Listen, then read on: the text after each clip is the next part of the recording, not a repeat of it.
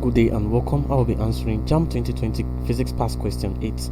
The image in the pinhole camera is always A. Diminished, B. Enlarged, C. Upright, D. Inverted, and E. Blurred.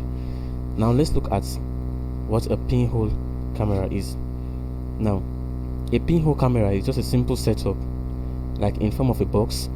A simple setup like this. A box is usually set up something like this. You have a box set up. Now a little or tiny hole will be given, and at the end of this other box, that is at this side, there will be a screen, like a white screen where the image will be formed. Now when a small hole will be left here for the light rays to pass through. Let's say an object is placed and light ray will pass through this object and then form the image of this object on the screen inside the pinhole camera.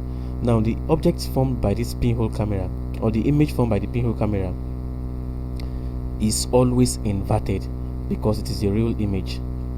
It's always inverted. The image formed by a pinhole camera is a real image. It's a real image.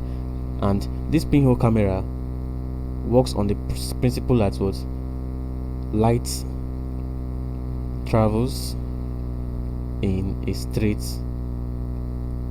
line. So that's the principle at which it works. That is the rectilinear motion of light. So it works on the principle that light travels in a straight line. Now the image formed is always real and inverted. It's real and inverted. Now the sharpness of this image depends on the size of this pinhole. If the size of the pinhole is big, the image will be blur, and if the size of the pinhole is small, the image will be sharp.